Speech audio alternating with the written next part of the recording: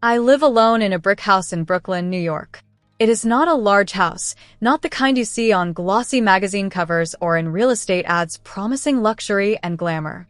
But it is mine. It has been mine for years, and every creak in the floorboards, every chip in the paint, feels like a secret I share with the walls. The house sits on a narrow street lined with old trees that lean over the road like patient elders, keeping watch as cars slip by. From my front porch, I can just catch a glimpse of the East River, a line of silver that glitters in the morning light and softens into a dark ribbon by nightfall. The front door sticks every winter. When I push it, the wood groans and resists like an old man refusing to get out of bed. The windows let in the draft no matter how much I seal them, and the floors sing when I walk down the hall. Some people might complain about those flaws, but I take comfort in them. They remind me that the house is alive, that it breathes and remembers with me. After all, this house has witnessed my triumphs and my sorrows. It has kept me company in silence when I had no one else to turn to. Most mornings begin the same way. I wake before the sun rises fully and shuffle into the kitchen, where the counters are scratched but sturdy, and the cupboards still carry the faint smell of the pine wood they were built from. I make coffee in a chipped blue mug I bought in a thrift shop years ago. That mug has followed me through boardrooms in Manhattan, through flights to London, through quiet evenings spent with books by the fire. Now it rests in my hands every morning like an old friend. I stand by the window and sip slowly, watching the city wake up. The distant horns of cars mix with the cries of gulls, and the river seems to sigh along with me. On one wall of the living room hangs a simple map. It is not ornate or rare, just a faded print I bought from a shop in Boston. Across it are printed two words: America and Europe. I hung it there to remind myself of the worlds I straddle. My life has stretched across oceans, my investments scattered like seeds in both lands, growing in ways people rarely notice. When I glance at that map, I see not just geography, but a record of where my money works, where my name sits quietly behind companies and projects. It is a map of my reach, though no one on this street would ever guess. My name is Rebecca Morgan. To the people who live near me, I am simply the woman with the gray coat and the soft shoes. They see me walk to the small market down the block, carrying a paper bag with apples or bread, and they nod politely. They don't know the balance sheets I review late at night, or the boardrooms that grow silent when I walk in. They don't need to. I prefer it this way. I have learned that real power is not in being seen, but in choosing when and how to be seen. Silence suits me. Quiet allows me to choose my words carefully, to hold my secrets close. If someone mistakes my quiet nature for weakness, that is their mistake to bear, not mine. Over the years, I have discovered that nothing unsettles people more than realizing they underestimated you. One morning, as I stood with my coffee and watched the winter sun climb slowly over the rooftops, my phone buzzed. It was a message, a simple one-line note from an old friend who still kept in touch with my family. My brother, Brian, was getting married in Manhattan. The date was set, the invitation sent, the flowers chosen. But there was no envelope for me. I was not invited. At first, I simply stared at the message. It was not a surprise, not really. Brian and I had not spoken in years. Time and distance had stretched between us like an invisible wall, growing higher and stronger until neither of us could see the other clearly anymore. But still, a part of me had hoped. A part of me had thought that family ties, no matter how frayed, would hold enough weight to pull me into that day. Instead, I was left outside, not even a thought in the plans of my own brother. The memory of our childhood came rushing back, unbidden. We grew up in Ohio, in a small house that seemed too small for the dreams we had. Brian was older by 3 years, and he carried himself with the confidence of someone who believed the world owed him something. I admired him once. I admired the way he would sit at our shared desk with sheets of notebook paper spread out, sketching cars he swore he would build one day. He would tell me about the life we'd have, fast cars, big houses, important names. And I believed him. I believed in him. Back then, he was my protector, the one who stood up for me when I was too shy to raise my voice. But time changes people. Money changes them even more. As I stood in my kitchen, the chipped mug warm in my hands, I thought about those days. I thought about the promises we made when we were just children staring at a world too big for us. Then I thought about the man who now planned a wedding without me, who saw no place for me at his table. I set the mug down on the counter and walked into the living room. My eyes fell on the map. America and Europe. The words seemed sharper than usual, like guards standing at a gate, demanding a choice. Which world did I belong to now? The one of the family that had pushed me away, or the one I had built with my own hands, with my own dollars, until it stood taller than anything I had once dreamed? The answer came quietly, like a whisper in my chest. I belonged to myself. I belonged to the life I had carved, to the empire no one saw, to the billions that moved silently under my name. I did not need Brian's invitation. I did not need his approval. But I needed something else, closure perhaps. Or maybe just the chance to stand in front of him and let him see the truth of who I had become. I breathed in deeply and let the air fill me with calm. I will go, I said aloud, the words steady and sure. My voice echoed against the walls of my little brick house, as if the house itself agreed with me, and in that moment, I knew the quiet life I had built was about to collide with the noisy one my brother lived. The house creaked as I walked back to the kitchen, as if it too was preparing for what was to come. The hotel in Manhattan stood like a tower of glass and steel, its polished walls reflecting the evening lights of the city. I had seen many such buildings before, but that night it seemed to glisten with a kind of arrogance. The revolving doors turned smoothly as limousines pulled up to the curb. Guests in glittering dresses and tailored suits stepped out, laughing as if the night were theirs alone. I walked up quietly, wrapped in my gray coat, and paused at the threshold. A man in a dark uniform guarded the door. His eyes flicked over me from head to toe, landing on my simple shoes and the worn hem of my coat. He did not ask my name, nor did he greet me. Instead, he frowned, his lips pressed into a line that said more than words could. In his mind, I did not belong. I could have told him my name, told him the companies that rose and fell with a single call from me, told him the billions tied to my signature. But I did not. I stepped forward, letting the door spin around me, carrying me into the bright hall. Inside, the air smelled of roses and expensive wine. Golden light poured from chandeliers, casting every surface in a glow meant to impress. The band played a soft tune, a mix of strings and piano, and the notes floated over the hum of voices. Laughter bubbled near the bar, where men and women clinked glasses filled with champagne. I moved slowly across the floor, my steps echoing against marble tiles polished until they gleamed like mirrors. And then I saw him, Brian, my brother. He stood tall in a black suit, his tie fixed perfectly, his hair neat in a way he never managed as a boy. At his side was Emily, his bride, wrapped in white lace that sparkled under the lights. For a moment, I almost forgot the years between us, almost saw the boy who once sketched dreams on paper. But the man before me was not the boy I remembered. His eyes found mine. For an instant, confusion crossed his face, like a shadow quickly erased. Then it hardened. His lips curved into something sharp, a sneer that cut across the room. He walked toward me, each step heavy, deliberate. The crowd parted slightly, curious to see what would unfold. I stood still, my heart steady, my face calm. Before I could open my mouth, he lifted a crystal glass from a nearby table. Clear water shimmered inside, catching the light like a diamond. With one swift motion, he threw it in my face. The cold struck me like ice, running down my skin, soaking the fabric of my coat. Gasps rippled through the hall. A few whispers followed, quick and cruel, and somewhere in the crowd a laugh broke free. "The poor are forbidden to enter here. Get out of here," Brian said, his voice low but sharp enough to carry. The words hung in the air, heavy, final. I did not move. Water slid down my cheeks, dripping from my chin.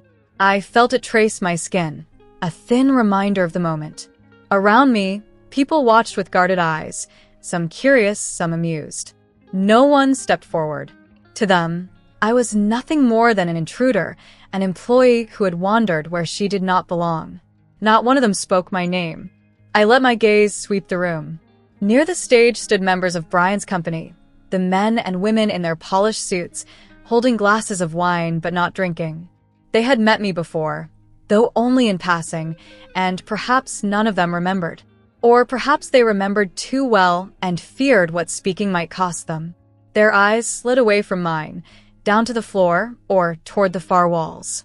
Not one dared to meet my gaze. The anger rose in me then, old and familiar, the kind that burns the chest and blurs the edges of the world. It came from the same place it always had, from the memory of being overlooked, underestimated, dismissed. But with it came something else. Control.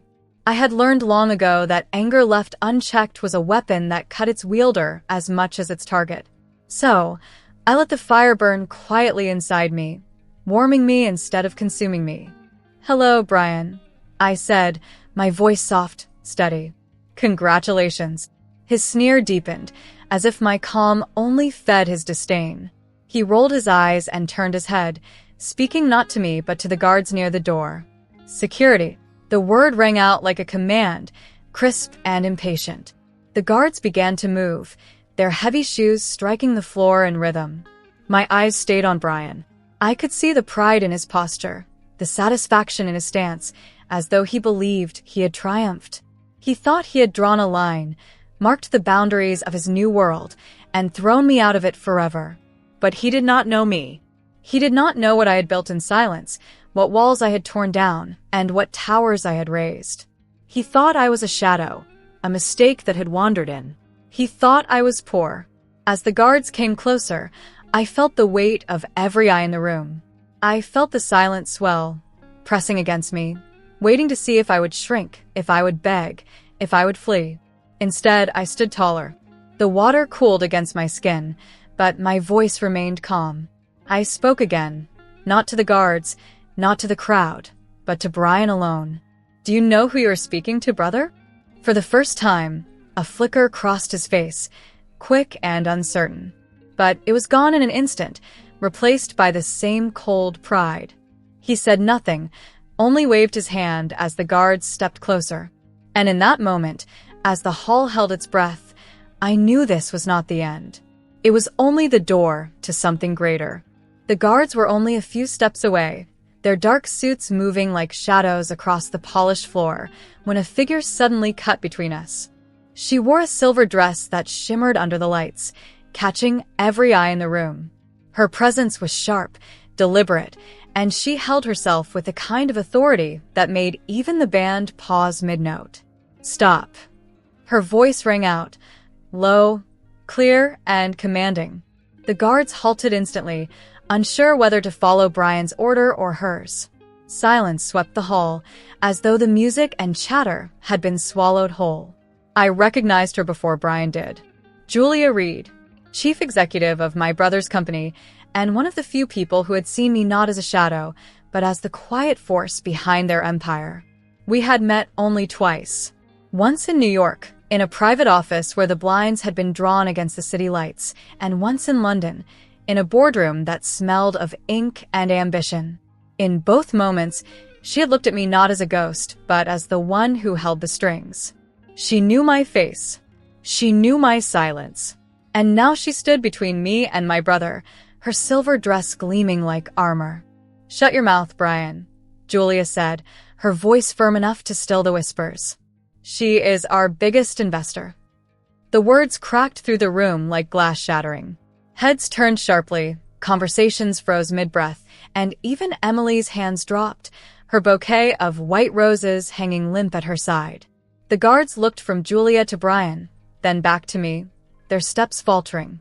Brian blinked, as if the meaning of her words took time to pierce the wall of his arrogance. "What?" Julia's gaze did not leave his face.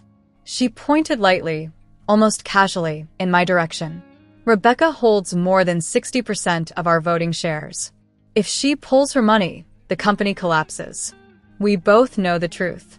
"You've just closed a new funding round." Every penny of it leans on her decision. Without her, the lights go out, the doors close, and you're left with nothing but debts. Do you understand?"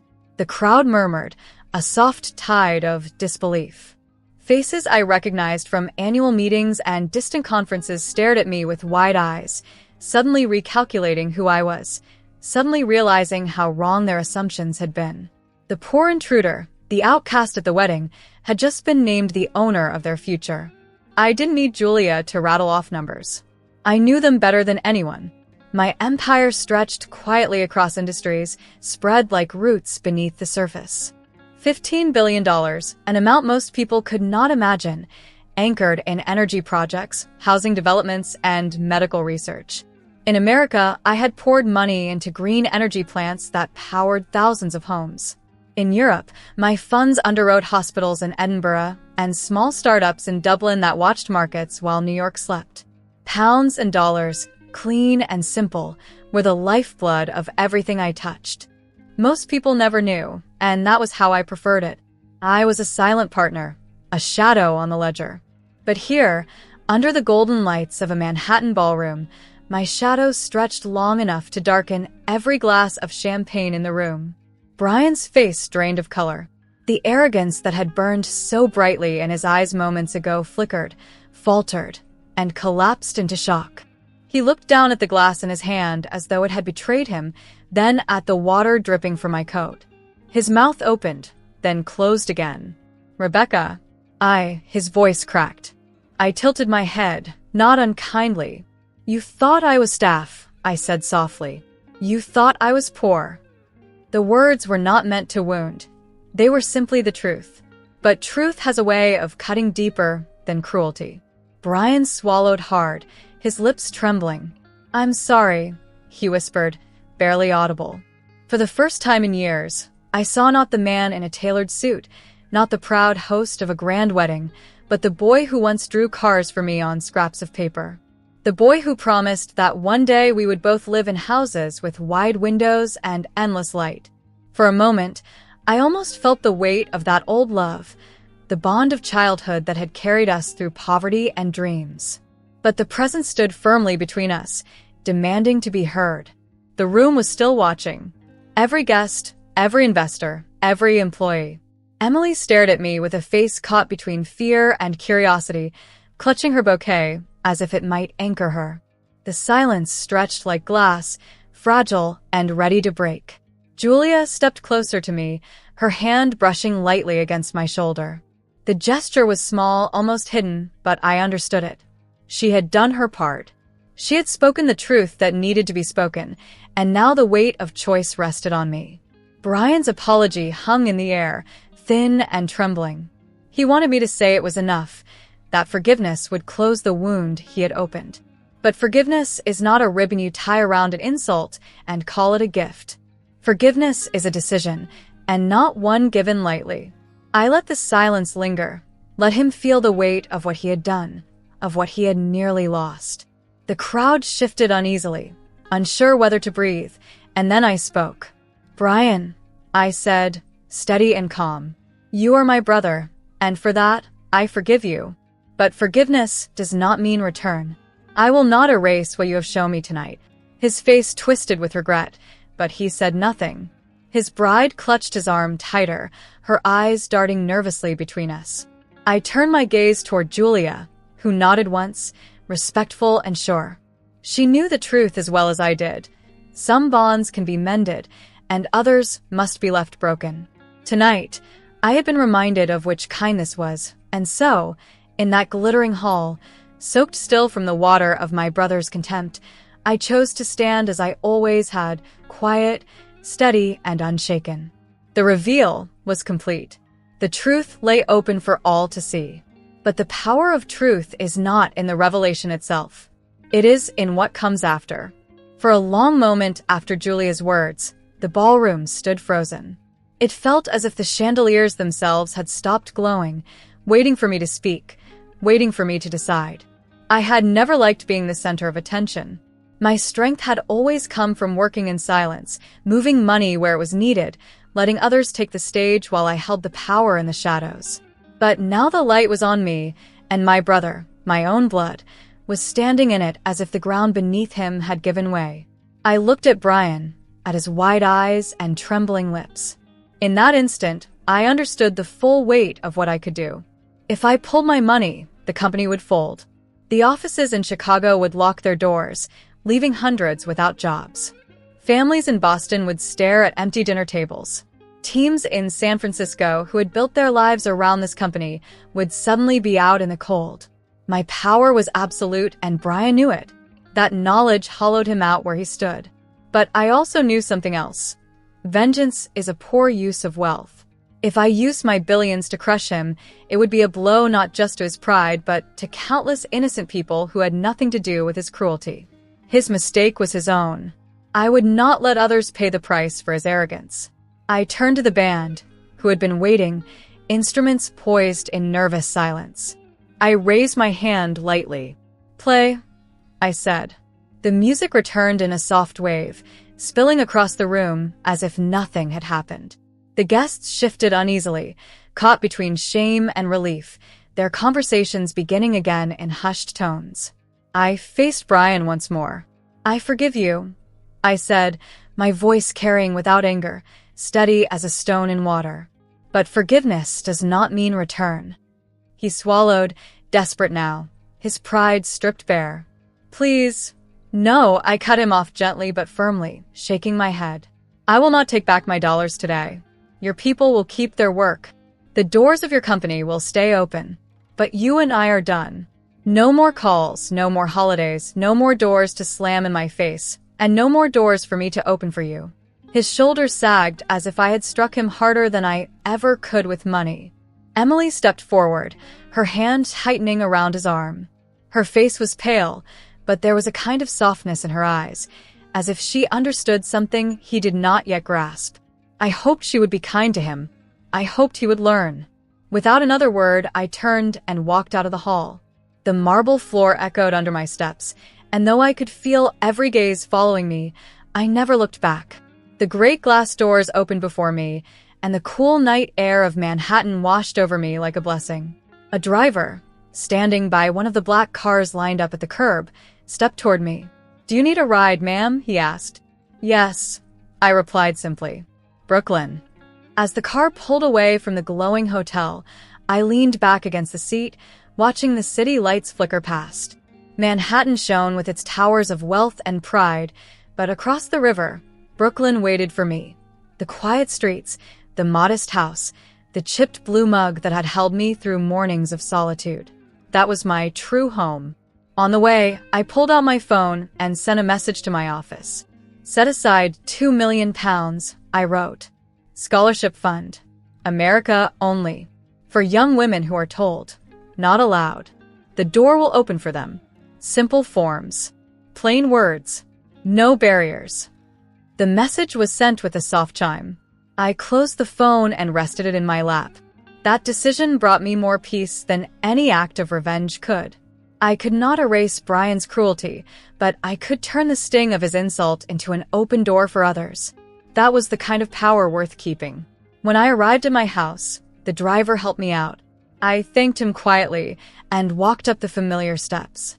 The door stuck as it always did, and I pushed it open with the same firm hand. Inside, the warmth wrapped around me like an embrace. I hung up my gray coat on its hook, its fabric still faintly damp from the water. The wooden floors sang under my steps as I walked to the kitchen. I filled the kettle, set it on the stove, and waited for the whistle. The small rituals of my home steadied me. Here, there were no chandeliers, no polished marble, no crowds waiting for my decision. Here, there was only me, the hum of the kettle, and the map on the wall. I poured hot water over a bag of tea, letting the steam rise and warm my face. Carrying the mug, I walked into the living room and stood before the map again. America and Europe. 2 words. 2 worlds. They had been the landscape of my empire, the stage for every choice I had made. But standing there, I realized something important. I owned companies, yes. I owned billions in dollars and pounds. But more than that, I owned my choice. I could choose to forgive without returning. I could choose to protect the innocent even when I had been wronged. I could choose peace over revenge, silence over spectacle, solitude over false family. That was the freedom my wealth had bought me. Not luxury, not endless power, but the ability to walk away without fear. I sat down on the old sofa, sipping the tea. The water from Brian's glass was gone from my skin now, replaced by the warmth of my own choosing. I smiled faintly, the kind of smile that comes not from victory, but from clarity. In this house, I choose who I am. In this country, I choose what I keep and what I let go. And tonight, I had chosen to keep my power and let my brother go. The floor creaked softly, as if the house itself approved. The night outside was quiet, and so was I.